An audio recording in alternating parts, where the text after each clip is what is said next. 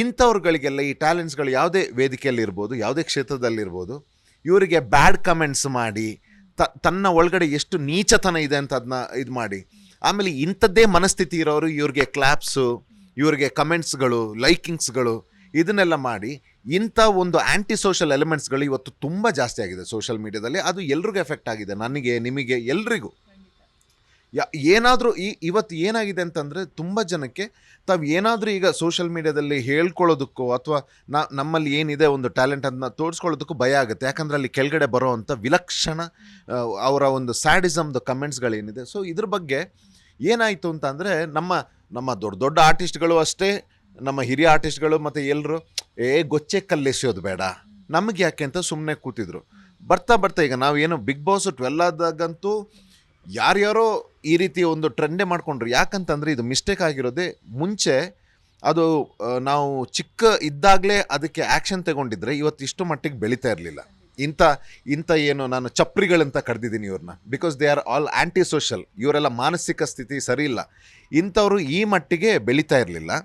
ಇದೇನಾಗಿದೆ, ಎಲ್ಲರೂ ಗೊಚ್ಚೆ ಕಲ್ಲೆಸೋದು ಬೇಡ, ಇವತ್ತು ಗೊಚ್ಚೆ ಭಾಳ ದೊಡ್ಡದಾಯಿತು. ಇದ್ರ ಬಗ್ಗೆ ಯಾರಾದರೂ ಧ್ವನಿ ಎತ್ತಲೇಬೇಕು. ಸೊ ನಮಗೆ ಇವತ್ತು ಏನು ವೇದಿಕೆ ಸಿಕ್ಕಿದೆ ಮತ್ತು ನಾವು ಇವತ್ತು ಕೇಳ್ಕೊಂಡು ಸುಮ್ಮನೆ ಇರೋವಂಥ ಕ್ಯಾಟಗರಿ ನಮ್ಮದಲ್ಲ. ಸೊ ಇದ್ರ ಬಗ್ಗೆ ನಾವು ವಾಯ್ಸ್ ರೈಸ್ ಮಾಡಿದ್ವಿ. ನಾನೇ ಫಸ್ಟ್ ಎತ್ಕೊಂಡೆ ಇದನ್ನು. ಯಾಕಂದರೆ ತುಂಬ ಕೆಲವರು ಸೆಲೆಬ್ರಿಟಿಗಳು ಸೀಕ್ರೆಟಾಗಿ ಕಂಪ್ಲೇಂಟ್ ಕೊಟ್ಟು FIR ಕೊಟ್ಟು ಇದು ಮಾಡ್ತಾಯಿದ್ರು. ನನಗೆ ಗೊತ್ತಿತ್ತು ಇದು ನನಗೆ ಇಂಪ್ಯಾಕ್ಟ್ ಆಗುತ್ತೆ ಅಂತ. ನಾನು ಅದನ್ನ ಎತ್ಕೊಂಡೆ. ನನ್ನ ಬಗ್ಗೆನೂ ಭಾಳ ಬ್ಯಾಡ್ ಕಮೆಂಟ್ಸ್. ಬಟ್ ತುಂಬ ಇದ್ದಾರೆ ನನ್ನ ಬಗ್ಗೆ. ನಾನು ಬಿಗ್ ಬಾಸ್ ಇದ್ದಾಗಲೇ ಯಾರ್ಯಾರು ಈ TRPಗೋಸ್ಕರ, ಇವ್ರ ಕಮೆಂಟ್ ಲೈಕಿಂಗ್ಗೋಸ್ಕರ, ಇವರಿಗೆ ನಾವು ಯಾವ ದಾರಿಯಿಂದ ಬಂದಿದ್ದೀವಿ ಅಂತ ಗೊತ್ತಾ. ಇವ್ರುಗಳಿಗೆ ಯಾರನ್ನೋ ಅಲ್ಲಿ ನೋಡ್ಕೊಳ್ತಾರೆ, ಯಾರಿಗೆ ಹೈಪ್ ಸಿಗ್ತಾ ಇದೆ ಅಂತ. ಅವ್ರ ಹೈಪ್ ಸಿಕ್ಕಿದಾಗ ಅವನಿಗೆ ಸಪೋರ್ಟ್ ಮಾಡೋ ರೀತಿಯಲ್ಲಿ ಇನ್ನೊಬ್ಬರನ್ನ ತೇಜಾವಧೆ ಮಾಡಿ, ಈಗ ಏನು PR ಅಂತ ಹೇಳಿ ಮತ್ತು ಇನ್ನು ಕೆಲವರು ಎಲ್ಲ ಶುರು ಮಾಡ್ಕೊಂಡಿದ್ದಾರೆ. ಅವ್ರನ್ನ ತೇಜಾವಧೆ ಮಾಡಿ ಇವ್ರಿಗೆ, ಆಮೇಲೆ ಇವ್ರುಗಳಿಗೆ ಕ್ಲಾಪ್ಸ್. ನಾಳೆ ದಿವಸ ಈ ಯಾರೀಗ ಇಂಥ ಚಪ್ರಿಗಳಿಗೆ, ಇಂಥ ಆ್ಯಂಟಿ ಸೋಷಲ್ ಎಲಿಮೆಂಟ್ಸ್ಗಳಿಗೆ ಈ ಬ್ಯಾಡ್ ಕಮೆಂಟ್ಸು, ಈ ಬ್ಯಾಡ್ ಟ್ರೋಲ್ಸು, ಯಾರೋ ಯಾವುದೋ ಕ್ಷೇತ್ರದಲ್ಲಿ ಸಾಧನೆ ಮಾಡ್ತಿದ್ದಾರೆ, ಒಳ್ಳೆ ಕೆಲಸ ಮಾಡ್ತಿದ್ದಾರೆ, ಸೆಲೆಬ್ರಿಟೀಸ್ ಆಗಿರ್ಬೋದು, ಹೆಣ್ಮಕ್ಳಾಗಿರ್ಬೋದು, ಗಂಡು ಮಕ್ಕಳಾಗಿರ್ಬೋದು, ಯಾರೇ ಆಗಿರ್ಬೋದು, ಇವ್ರಿಗೆ ಮಾಡಿದಾಗ ಅದೊಂದು ವಿಕೃತ ಸ್ಯಾಟಿಸ್ಫ್ಯಾಕ್ಷನ್ ಸಿಗುತ್ತೆ ಅವ್ರಿಗೆ. ಇವ್ರಿಗೆ ಕ್ಲಾಪ್ಸ್. ನಾಳೆ ದಿವಸ ಅವ್ರ ಮನೆಯಲ್ಲಿ ಅವ್ರ ಮಕ್ಕಳು ಆಗ್ತಾರೆ. ಆ ಟೈಮಲ್ಲಿ ಇವರು ಅವ್ರಿಗೂ ಬರ್ತಾರೆ. ಆ ಟೈಮಲ್ಲಿ ಗೊತ್ತಾಗುತ್ತೆ ಅದ್ರದ್ದು ಇಂಪ್ಯಾಕ್ಟ್ ಏನು ಅಂತ. ಇವತ್ತು ಅದ್ರದ್ದು ರಿಸಲ್ಟ್ ಗೊತ್ತಾಗ್ತಾ ಇಲ್ಲ, ಎಷ್ಟು ಕಷ್ಟ ಇದೆ.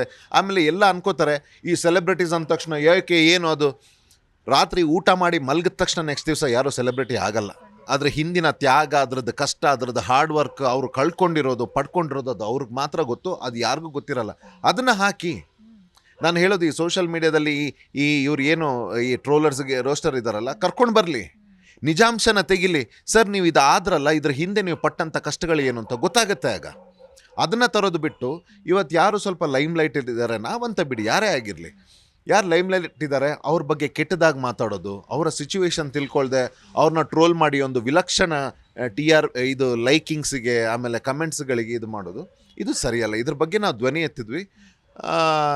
ನನಗೆ ಇಷ್ಟು ಬೇಗ ರಿಸಲ್ಟ್ ಸಿಗುತ್ತೆ ಅಂತ ಗೊತ್ತಿರಲಿಲ್ಲ. ನನಗೆ ಇಮ್ಮಿಡಿಯೇಟಾಗಿ ರ್ಯಾಪಿಡ್ ರೆಸ್ಪಾನ್ಸ್ ಸಿಕ್ತು. ನನಗೆ ಮೊದಲನೇದಾಗಿ ನಿಮ್ಮನ್ನು ಸೇರಿಸಿ ಯಾರೆಲ್ಲ ನನ್ನ ಮೀಡಿಯಾ, ನನ್ನ ಫ್ರೆಂಡ್ಸ್ ಇದ್ದರು, ನ್ಯೂಸ್ ಚಾನಲ್ಸ್, ನನ್ನ ಮಾಧ್ಯಮ ಮಿತ್ರರಿದ್ದರು, ಇಮ್ಮಿಡಿಯೇಟಾಗಿ ನನಗೆ ರೆಸ್ಪಾನ್ಸ್ ಕೊಟ್ಟು ಇದನ್ನೊಂದು ತುಂಬ ರೀಚ್ ಆಗೋ ಹಾಗೆ ಮಾಡಿದ್ರು ಈ ವಿಚಾರವನ್ನು. ಅದಕ್ಕೆ ನಾನು ತುಂಬ ಧನ್ಯವಾದಗಳನ್ನು ಹೇಳ್ತೀನಿ.